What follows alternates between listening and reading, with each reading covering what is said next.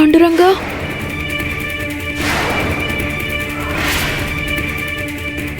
పాండురంగా,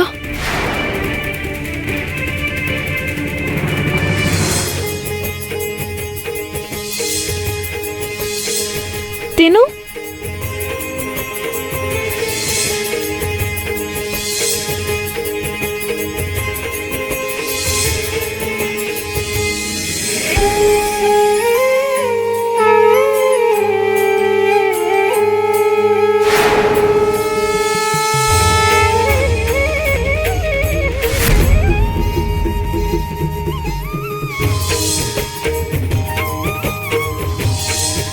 పాండురంగా, పాండురంగా, పాండురంగా,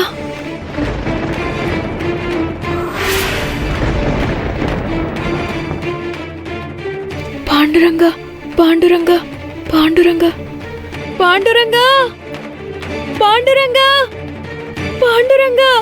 అరే, ఏం జరుగుతోంది ఇక్కడ?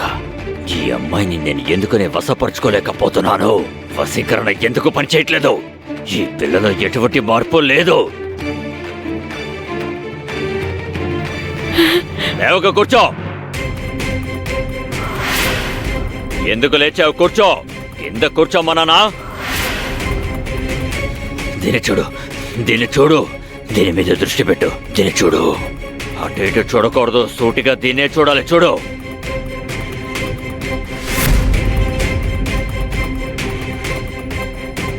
ఈమె చూపులు బల్లెల్లాగా నాకు గుచ్చుకుంటున్నాయేంటి? నా వశీకరణ ఈమె మీద ఎందుకు పనిచేయలేదు? లేదు లేదు లేదు, ఏదో జరుగుతుంది. నా మంత్రశక్తి తన మీద పనిచేయట్లేదు. ఇప్పుడు నేను ఏం చెయ్యాలి జింగ్రోబా? ఏం చెయ్యాలి? జింగ్రోబా, జయ జింగ్రోబా. బాబా గారు, ఇతనికి ఏమైందో కాస్త చూడండి. నా భక్తులు వచ్చారు వైద్యం కోసం. వాళ్ళకి సేవలు అందించడం నా ప్రధాన కర్తవ్యం. నా ఆధీనం నుంచి తప్పించుకున్నానని నువ్వు సంబరపడిపోకో. నువ్వు నా పాదాల మీద పడి శరణ కోరేలా చెయ్యకపోతే నా పేరు నాగోజీ కాదు. ఒక విషయం బాగా గుర్తుంచుకో. ఇక్కడి నుంచి నువ్వు బయటికి వెళ్ళక నోరు విప్పకూడదు. ఇక్కడ జరిగిన దాని గురించి ఎవ్వరికి చెప్పకూడదు. చెప్పావంటే నీ భర్త మీద కూడా నా మంత్రశక్తిని ప్రయోగిస్తాను. ఆ తర్వాత నీ దిగు నిన్ను భార్యగా స్వీకరించడానికి నిరాకరిస్తాడు. అర్థమైందా? నీకు అర్థమైందా? ఎవరికైనా చెప్తావా? చెప్పు. చెప్పను. బయలుదేరు. బాబాగారు, బాబాగారు, ఇతన్ని కాపాడండి. దయచేసి ఇతన్ని కాపాడండి. బాబాగారు. జై జింగ్రోబా, జై జింగ్రోబా. అయ్యయ్యో, ఏమంటున్నారండి మీరు? సఖు ఆభరణాలు నకిలీవా? సఖు పెళ్లికి వేసుకున్న నగలు బంగారం కాదా? అంటే మీ మావయ్య గారు, అదే సఖు వాళ్ళ తాతగారు. అరవకండి. మిరపకాయలు తిన్నట్టు ఎందుకలా గావుకెక్కలు పెడుతున్నారు? ఇందకేమన్నారు మీరు? మా మావయ్య గారు దేవుళ్లాంటి మనిషి, ఆయన ఉత్తముడు. ఆయన అలా చేస్తారా? ఆయన అసలు సిసలైన బంగారు నగలే ఇచ్చారు. అయ్యో, మరి ఆ బంగారు నగలు నకిలీవి ఎలా అయ్యాయి నాకు చెప్పండి.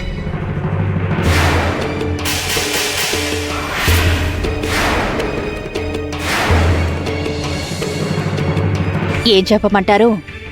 నా బంధువుల గురించి నేనేం చెప్తాను. అదే ఏంటల్లుడు అంటే శివప్ప? అవునండి, శివప్పే.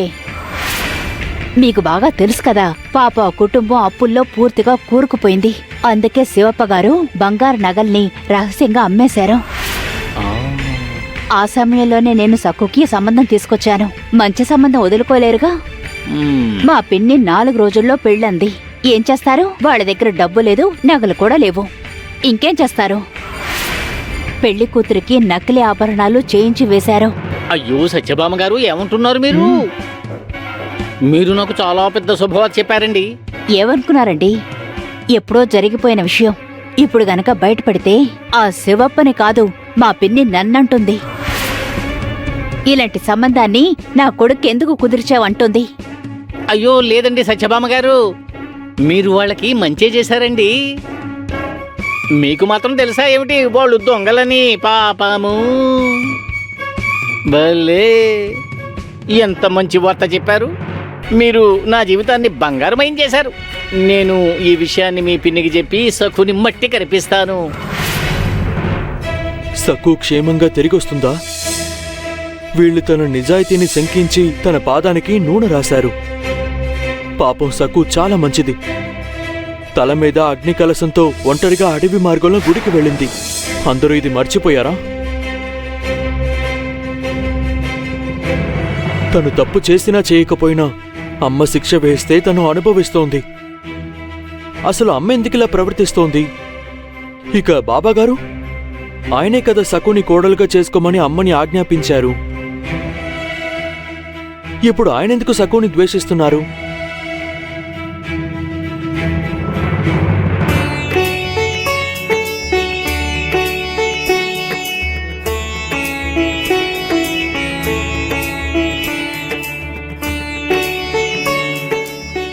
సకు, నువ్వొచ్చావా?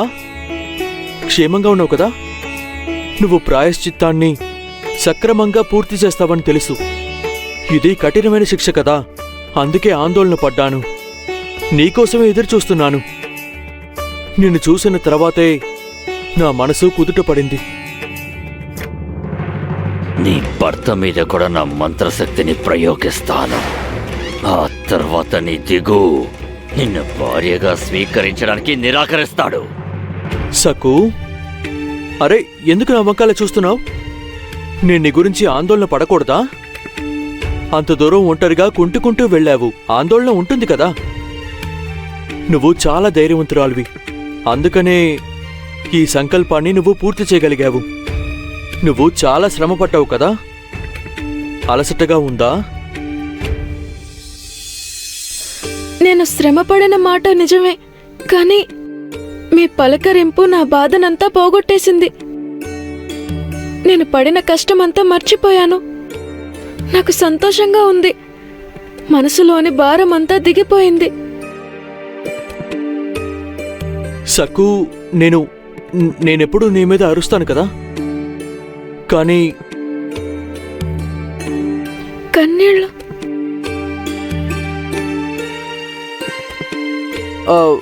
సరే, నువ్వు ముందు లోపలికి రా. ఏదైనా తిని విశ్రాంతి తీసుకో. బాగా నీరసించిపోయావు. పద పద సక్కు, పద.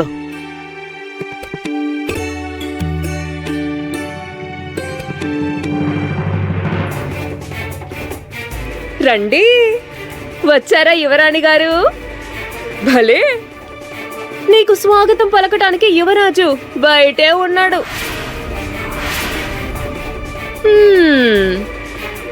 నువ్వు ఆయనకి ముద్దుల యువరాణివి కదా.